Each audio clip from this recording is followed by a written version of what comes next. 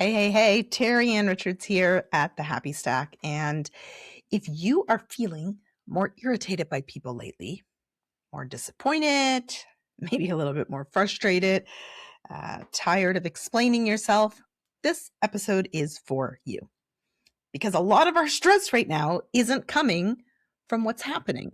It's coming from how we're interpreting what's happening. Someone forgets something and you think, they don't care. Or you witness somebody react negatively or poorly and you think, well, they're just being selfish or they don't care or, they're being ridiculous. Somebody doesn't show up the way you expected them to. And you think, wow, that tells me everything I need to know about them. Point blank, mic drop, right? But when you forget something or you react poorly, or you don't show up the way you wish you had, you don't judge you by your character. You explain your circumstances. You might say, I've just been overwhelmed. It's a lot on my plate. I'm really stressed. You have no idea what's going on. It's been a rough week. Same behavior as that other person, completely different story. Most of us don't even notice that we do this. We, a lot of times, think we're just saying it like it is. We're just being realistic. This is why this matters so much. This one mental habit, and yes, it is a habit, quietly shapes how stressed we feel, how safe our relationships feel, how much resentment we carry, how connected or disconnected we feel with other people, and how harshly we treat ourselves. And over time, it directly affects our happiness and our health in a slow, compounded, cumulative way. Psychology actually has a name for this pattern.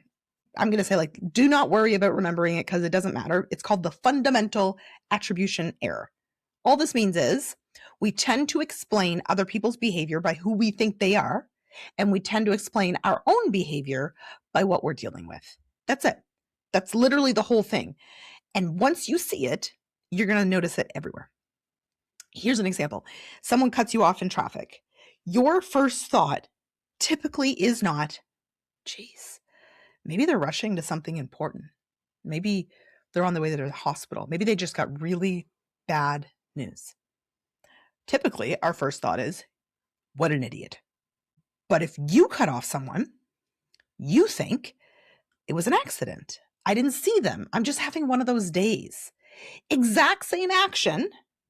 And for some reason, different context, different meaning underneath. And the meaning is what drives your emotion.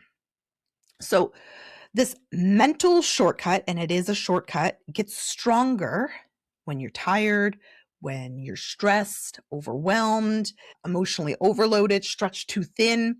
In other words, exactly how most people are feeling right here, right now.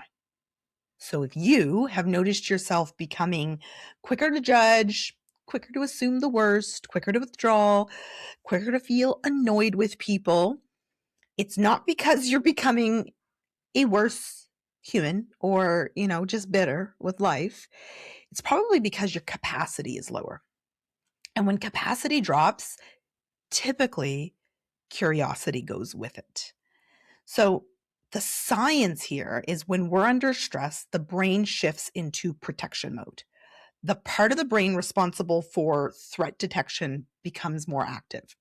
And at the same time, while that's happening, the part of the brain that's responsible for perspective taking and empathy and thoughtful reasoning starts to become less active.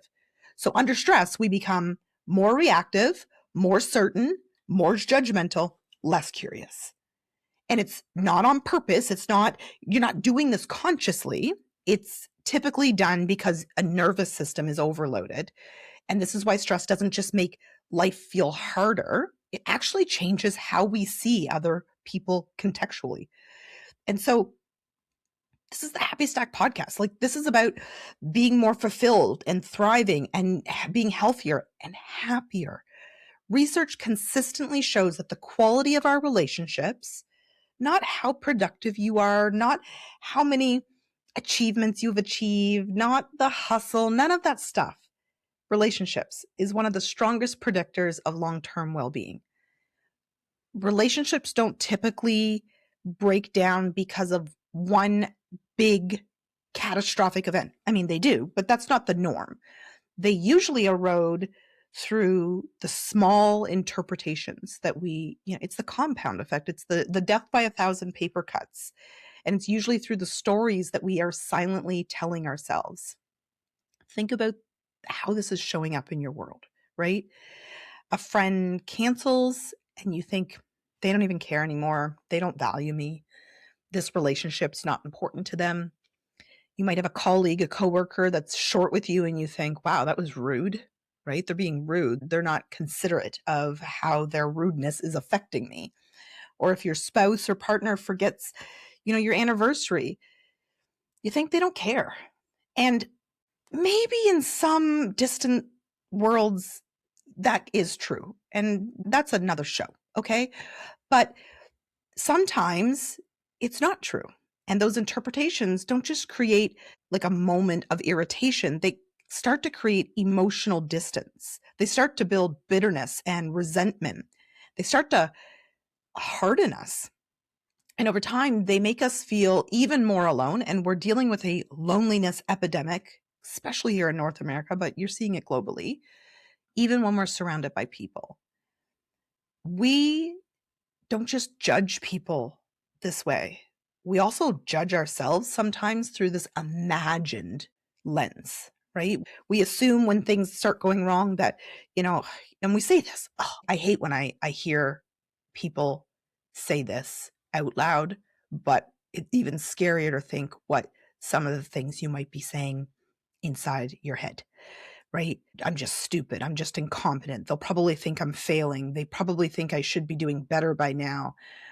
We say all this gross, icky stuff on side, in between our two beautiful ears. And most of the time, the other people that we think may be judging us, right? They're not really judging us. They're too busy managing their own lives and their own icky thoughts to be thinking that deeply about you. But if your body reacts to what you're thinking about what other people are thinking, follow me here for a second. Like you're thinking about somebody else thinking about you, and your body reacts as if the judgment is real. And that constant low-level stress takes its toll on your mood, on your energy, on your health, on how you show up. So what I want to say here is this is a pattern. This is not me saying we're all bad by being this way.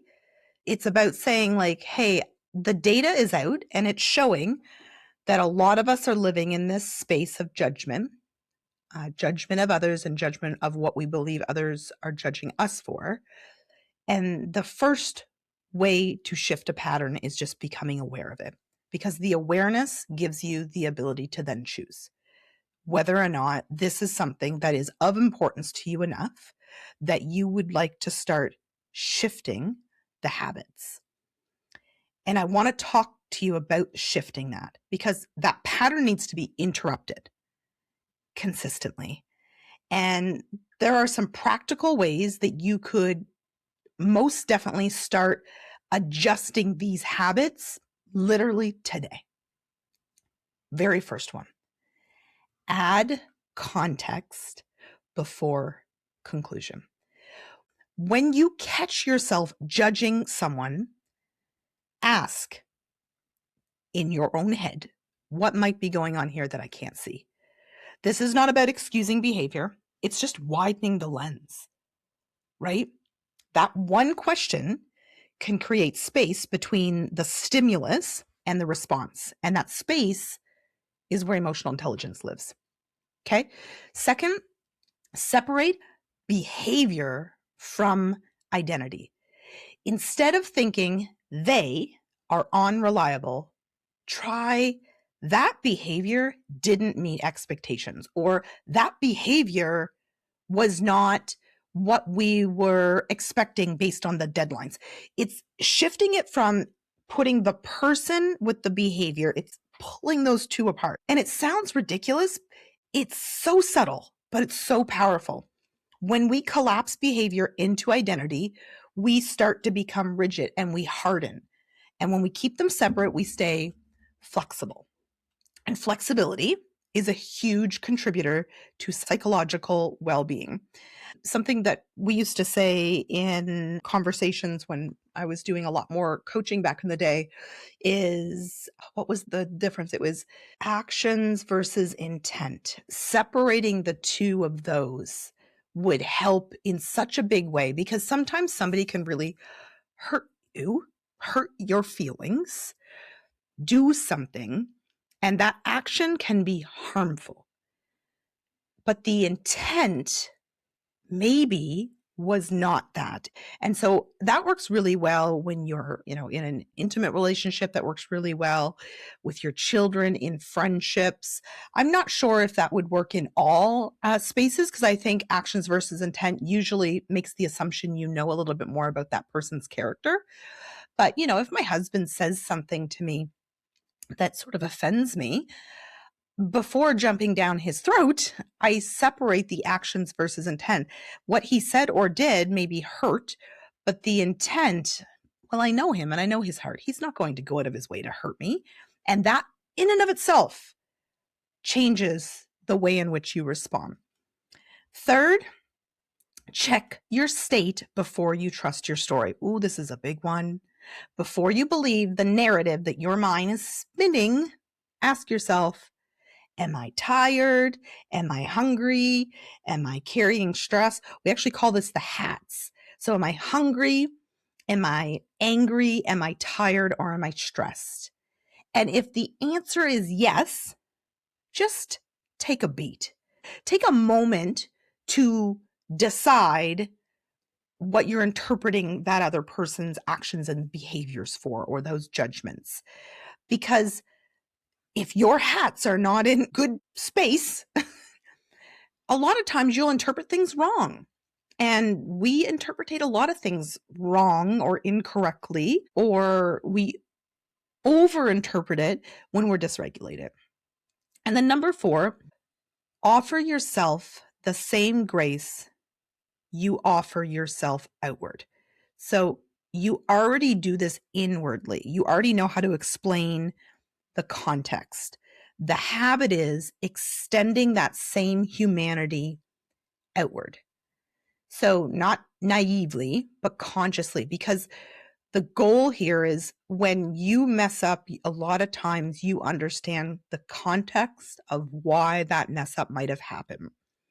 So the same grace that you offer yourself, think about it outwardly for others before you judge or jump on the judgment, because it will help you to stabilize your mood, your stress.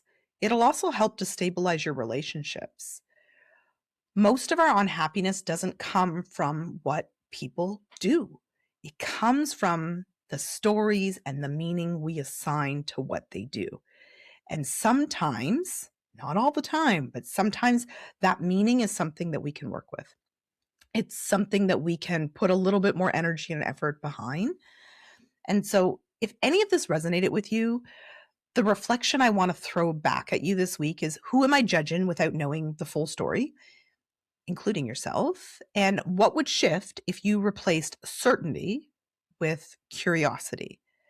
Because a happier life is not built by controlling outcomes or controlling people. It's built by understanding the nuances, the context, and the story in between the actions and the behaviors. And that includes doing that on a consistent basis and just shifting that for yourself. So if this episode gave you something, anything to think about, share it with someone. And if you have something to add to the conversation, please comment and let me know your thoughts. Have an amazing